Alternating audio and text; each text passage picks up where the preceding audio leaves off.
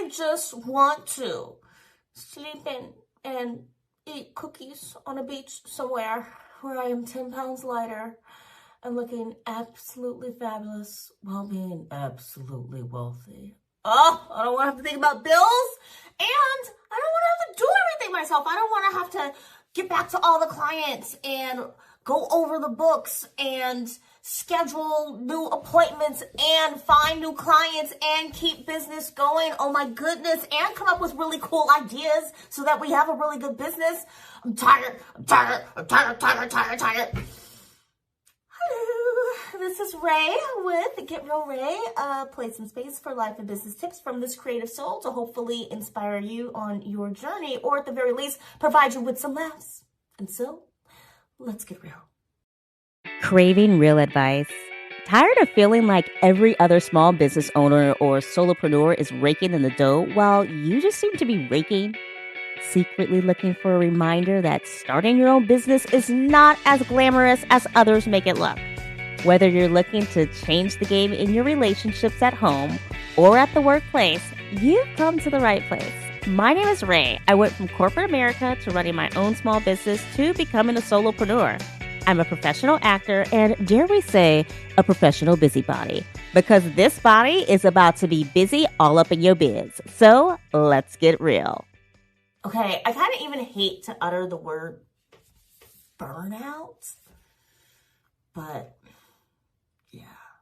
I don't know. I kind of feel like, how could burnout even be a thing? I mean, back in the old days, didn't people go to work and just suck it up? You know, you look at those old TV shows like All in the Family or whatever, and it wasn't that grown-ups were coming home from work super happy all the time. There was a reason why, you know, the male figures in these shows were often grumpy.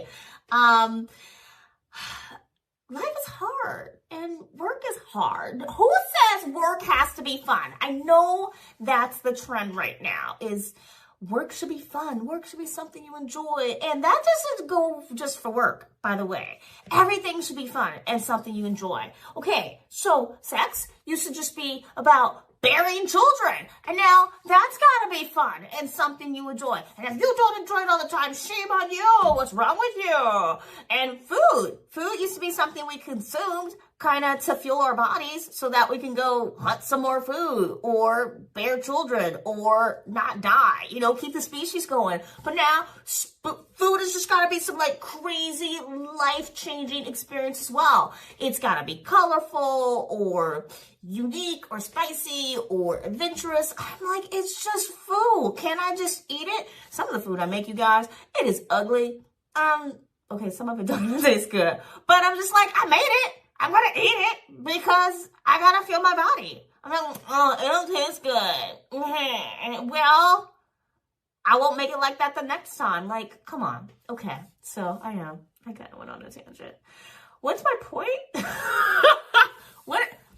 This lady, what is her point? Okay, so my point is, yes, business is hard. And whether you're working for someone else or you're working for yourself, it's just hard. It is. It's going to be that way. And I don't even know if it should always be pleasurable. I'm not going to. Actually, I don't believe it should always be pleasurable. I don't think it should be as hard as I'm making it right now. And there's one key. As hard as I'm making it. So, I've been listening to a lot of podcasts lately. I've been binging Rob Lowe's Literally. You're listening to Literally with Rob Lowe. I'm like, how did I even stumble on this? It's so random.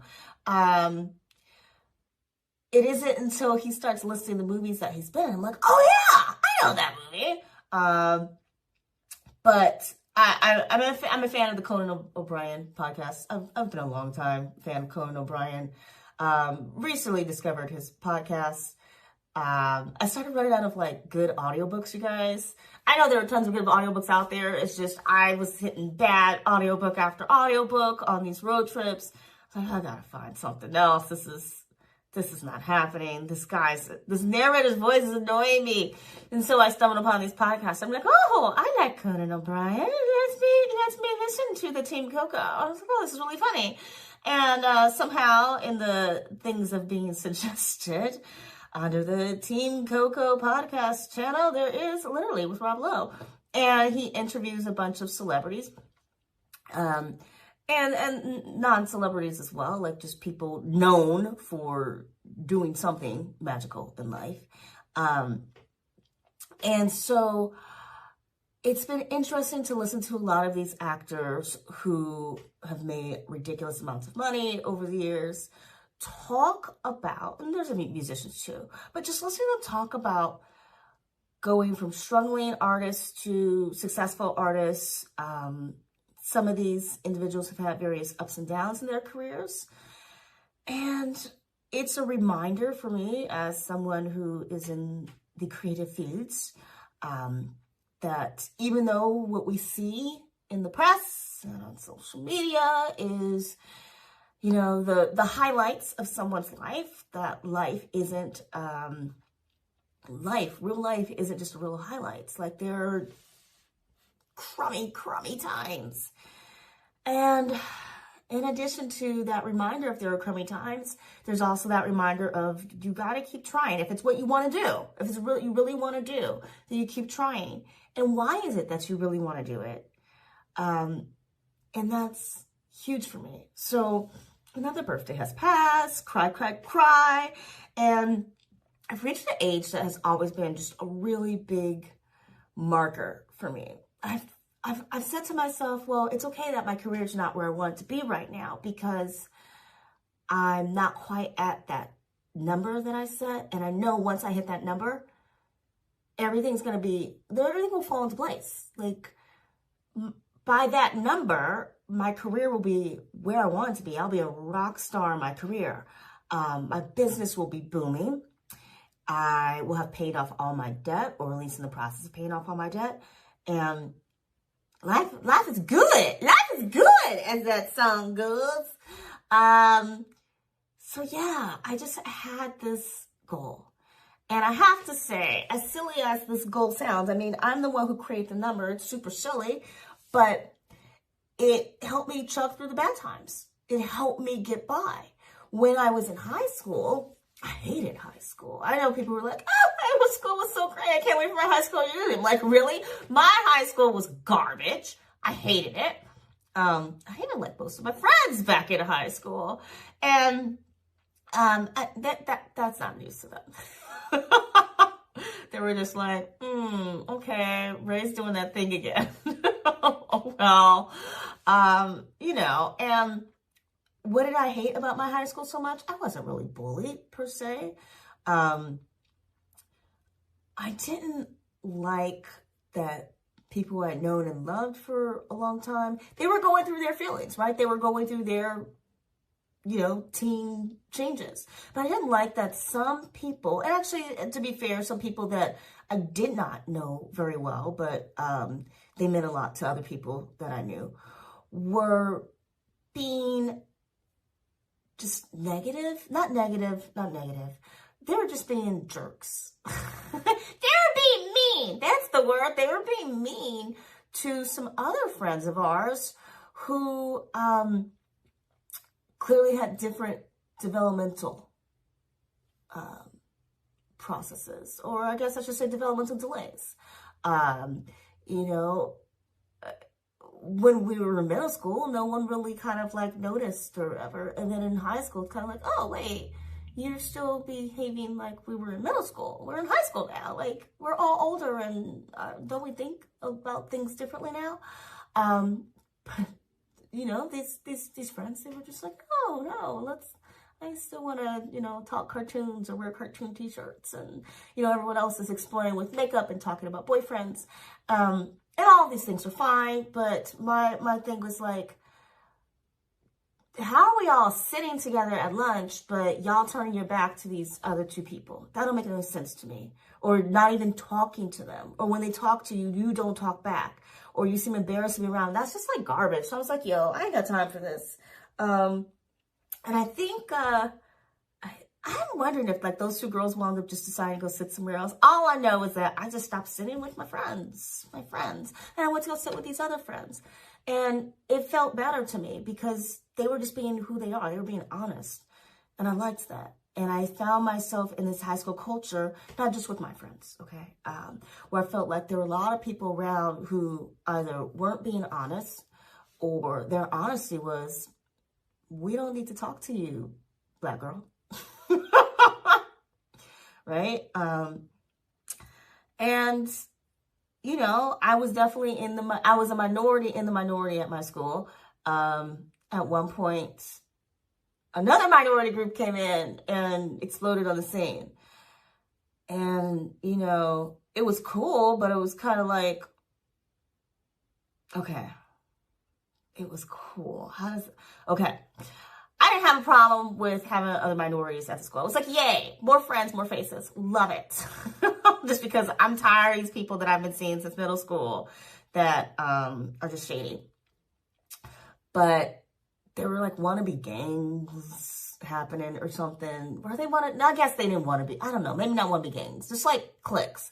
Okay, yeah, gangs is the wrong term. Cliques. So there were all of a sudden all these cliques. And I'm like, no, didn't our like movies of our youth teach us that cliques are bad? Like, no cliques. And so I didn't have time with the cliques. Like, you're going to be with this clique or that clique. And then, you know, I was just like, I ain't got time for this. Bye. I'm going to go sit by myself. Or, I'm going to go and try to sneak off campus and go get some fast food. I do remember doing that with one of my friends. We were like, we need Jack in the Box. And I'm trying to think, how did we get to Jack in the Box? Because did we have a car? Maybe I might have parked like down the street or nearby or something, because you can't park on campus and then be seen driving off campus. So I definitely remember me and my friend trying to sneak back on campus and seeing one of our teachers and being like, oh snap, we better hide here, and then run back on. Okay, so there's a fun high school memory, but otherwise I hated my high school. Hated my high school. Didn't go to graduation. Didn't go to any of those dances. Just garbage. And so, what does that have to do with the misery that is today? Well, okay, it's today misery. The point is, back in high school, I was like, oh, I don't know if I'm gonna make it. I really felt like I don't know if I'm gonna make it. And we hear a lot about youth who get bullied on social media, or they just aren't the celebrity that they want to be in high school. I don't freaking know. But they do things to themselves that are not okay. And some choose to no longer live. And that's not okay either. And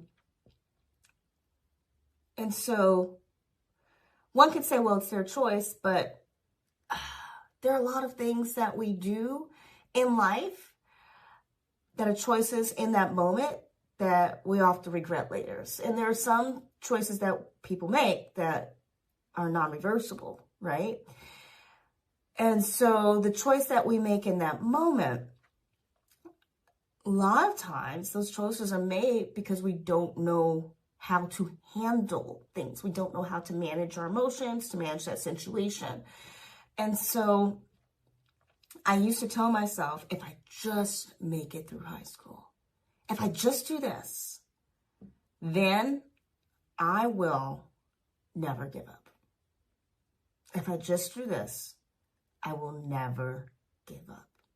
And so I made it. I survived the high school. I will never give up. I will never look back. And I haven't given up. I have been fighting since the day my diploma was announced, I guess. I don't know. I wasn't there. I don't know. What do you do with the diploma when the person is literally like not there? Also, my mom was like, I'm not paying for that cap and gown. I was like, okay, well, I don't have the money, so I guess I'm just not going to go. Like, I don't know what to tell you. Like, I was the girl in high school who had like 3 jobs. So, you know, do the math there. No, I wasn't spending all my money on Jack in the Box or whatever. But yeah, I have been known as the broke girl for a number of years, which is not okay. And so here I am at this age where I thought all of my life problems would just be solved or in the process of being solved. And gosh, last couple weeks, days, it's just kind of been this in your face of, you don't own a house. You own a car, but it's not paid off. So do you really own it? Because, you know, all you need to do is miss a couple of bills and that car ain't yours anymore. So I guess you don't own it, right? The things you own or the things that people can't take away from you, be like, nah, that's mine. So even though I'm not leasing this car, I did do a loan for it. I don't really own it.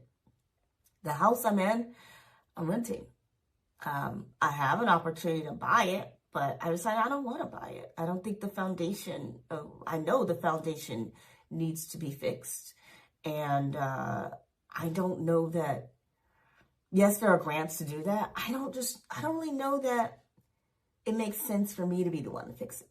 I feel like if I'm going to get grants and invest in something, in a property, then it should be a property that there are other reasons to love it other than, well, it's convenient and I have this opportunity, right? So there's that decision.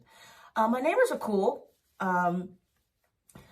Overall, the area is pretty quiet, but sometimes I turn to like the grumpy old lady and I'm like, this garbage, there's just been this thing with the garbage blowing over from one neighbor's yard and it gets into my yard. And then I look out the window when I work. And so I don't want to see other people's garbage all over my yard. Now, with that being said, I don't even own the property. It ain't really my yard.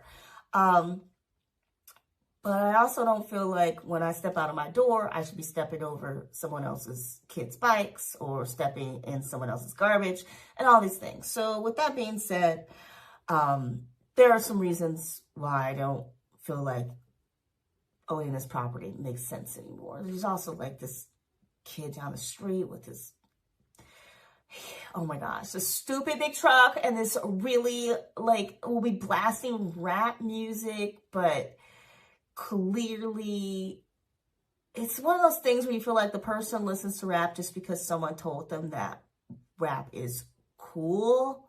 I listen to rap because I love rap, but you also, I don't know, I just get the sense that it's a self-esteem thing. And maybe it's partly how loudly they play the music. I don't know.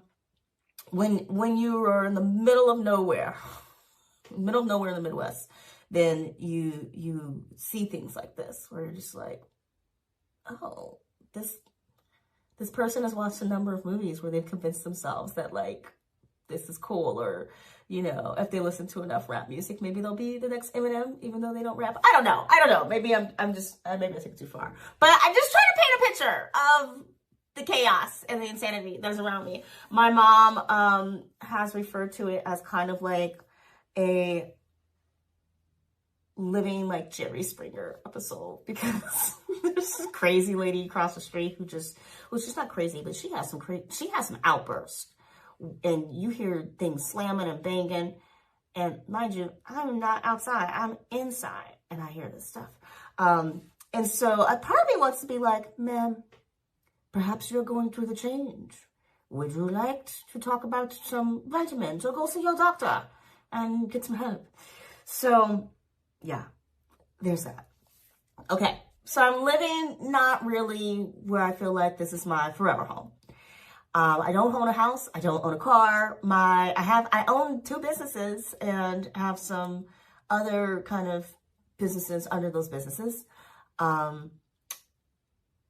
Work is not as booming as I would like right now, partly because I am not putting in the work.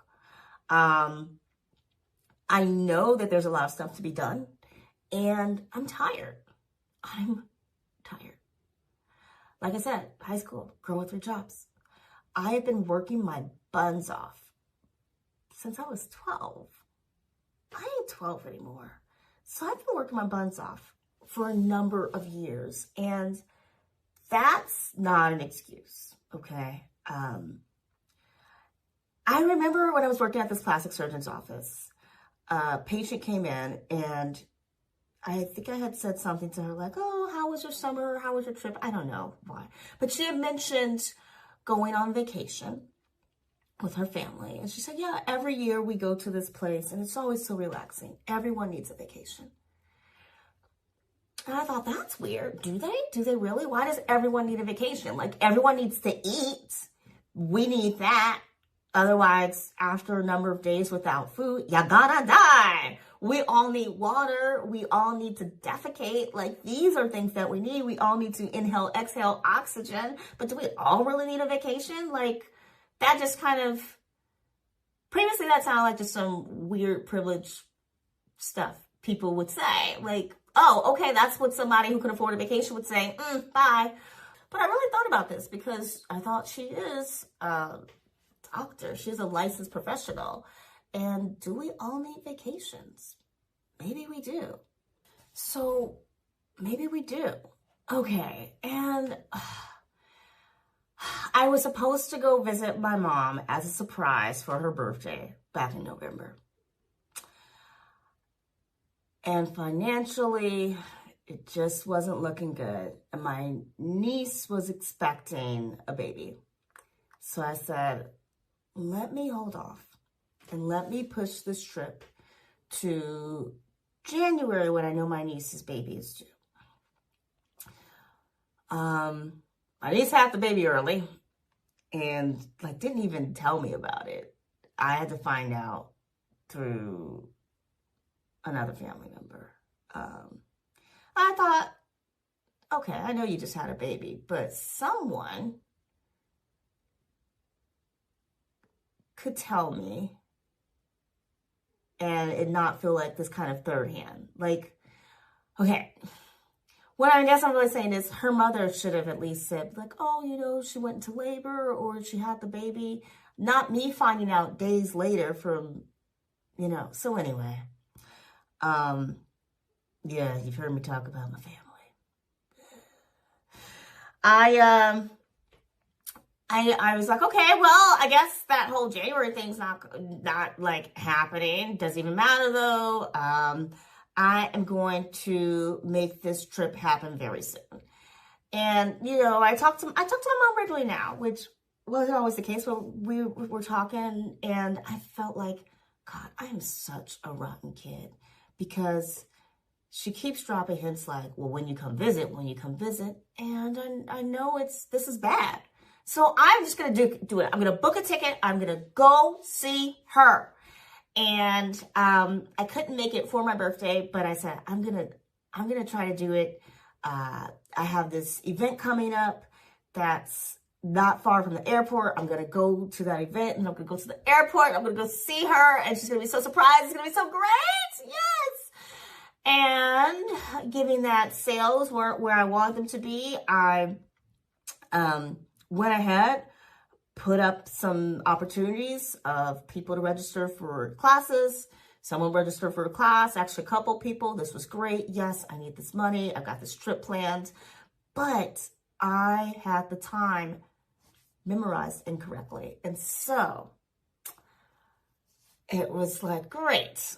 I have a flight that is going to be departing 5 minutes after my class ends. And I know this airline, they're going to board orderly if they can, and if they can leave 20 minutes earlier, they want to. So that's not going to happen.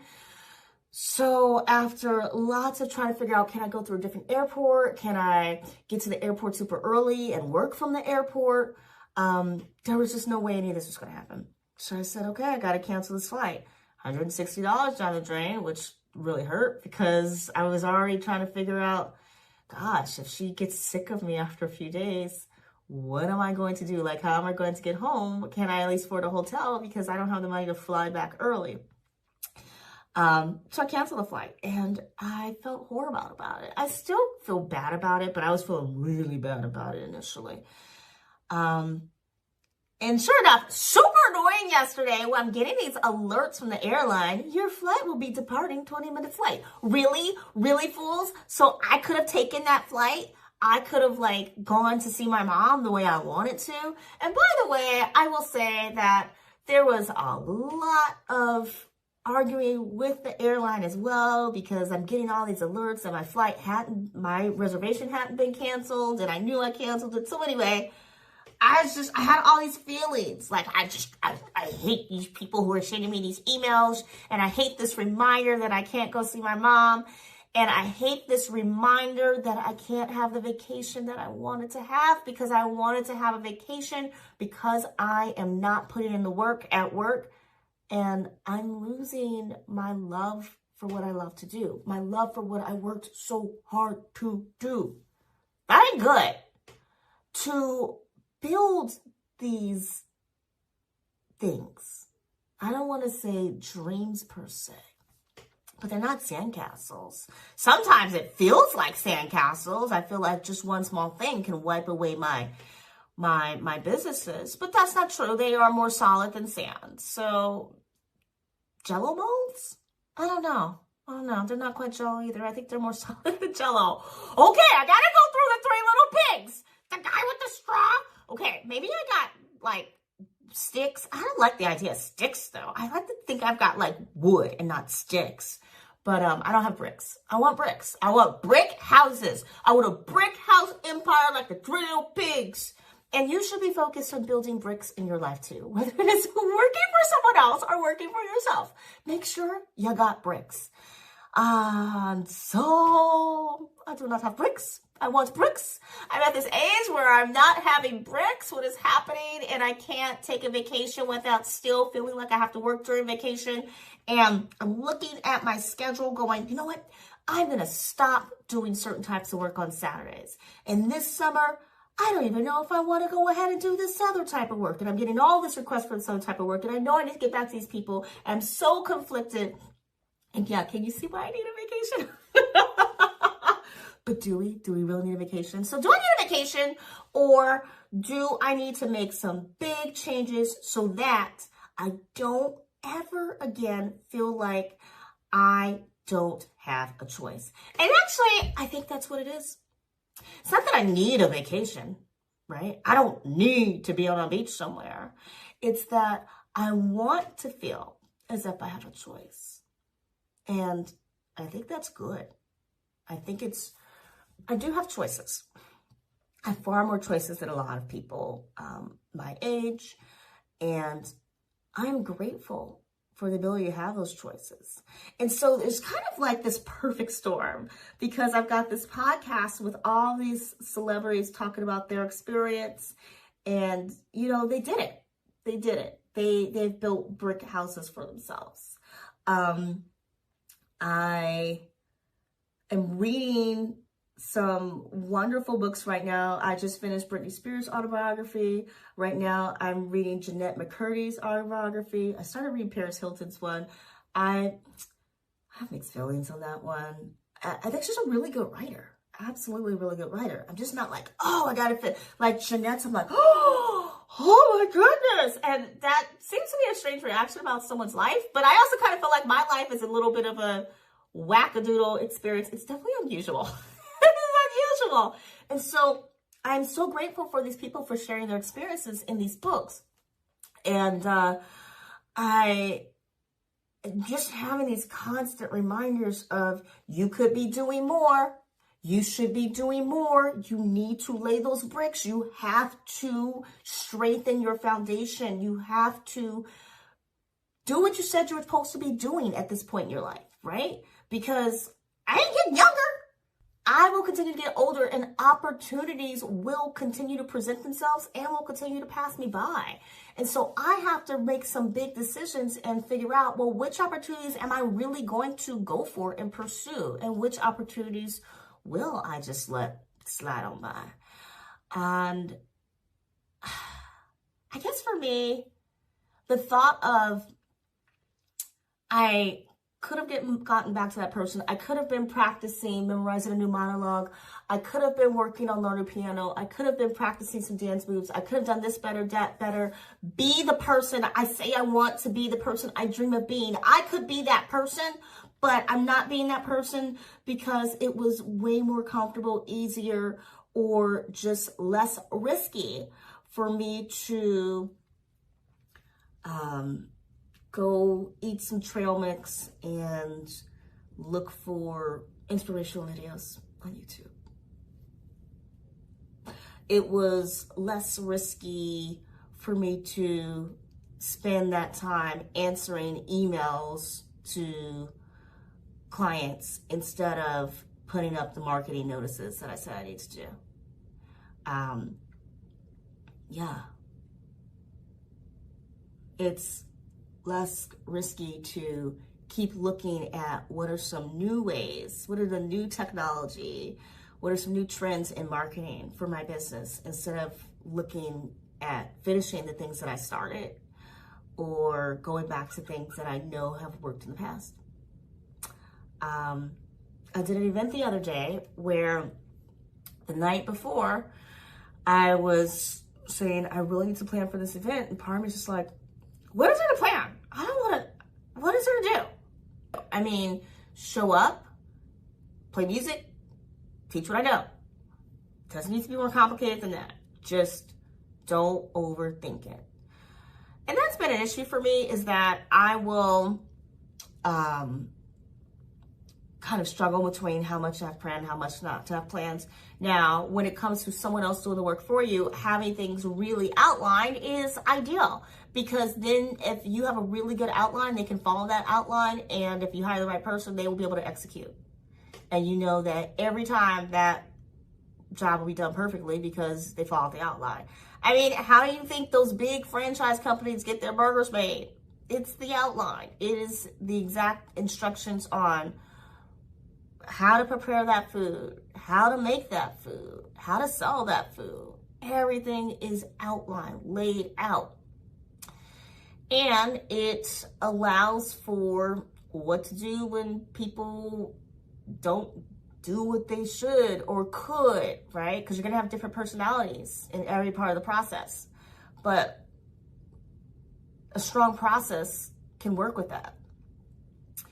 So, okay, I know that I need to take some time and go back over my process, but I'm tired. And I guess that being tired is partly an excuse, right? Like, I just want to go to bed. I'm tired. I just want to be done working on this. I'm tired. I'm just so tired of looking at the schedule and trying to put up things to be on sale. I'm tired. And so part of this is also like, well, Ray, get an assistant. And I do love an assistant. Oh my goodness, having an assistant is wonderful. It gets really frustrating when you hire somebody, train somebody, they are rocking, and then you're like, oh, my budget can't afford this anymore. Thanks. And I mean, I've worked with contractors. I love working with contractors. But I really like to be able to have that assistant relationship where I know at least for 3 months, 6 months, we're in this together. Because it can take a while to figure out my life and the business. So I am working to get back to being able to have an assistant. And if you don't have an assistant, see how you can get one. If you are like me right now going, I'm tired. What is happening? I need a vacation. Maybe what you really need is an assistant and a stronger foundation and to revisit your outline. Maybe. Just saying. Those could be some things that could make you feel less tired. Like, probably don't even really need an assistant right now. I just need to take action on my outline and be okay with the fact that things might not go as planned and I might make mistakes. And my mom still doesn't know that I wanted to go visit her, so she's not disappointed in me. Which may seem like a weird statement, but I feel like I often will say to people, I'm gonna come visit you, and then I don't go. And after a while, like, who wants to listen? Boy who cried wolf. I feel like I just let people down in that aspect. And why don't I go? It's usually because something happened with my finances. It's usually it. So when you can't do the things you want to do because of your finances, after a while, you can just get tired of that feeling. And it's kind of like, why am I trying? Why even bother? Because clearly I can't do what I want to do And isn't that the whole point of owning your own business? Is to be able to go on vacation when you want to go on vacation and not have to stress and freak out? Who came up with that idea? That myth? Myth that owning your own business is doing what you want to do.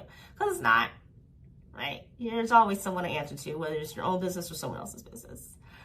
But I chose this path to have more freedom, and I'm gonna stop yapping. I'm gonna go reassess my plan, and I encourage you to take an opportunity today to just think about where you are in your life.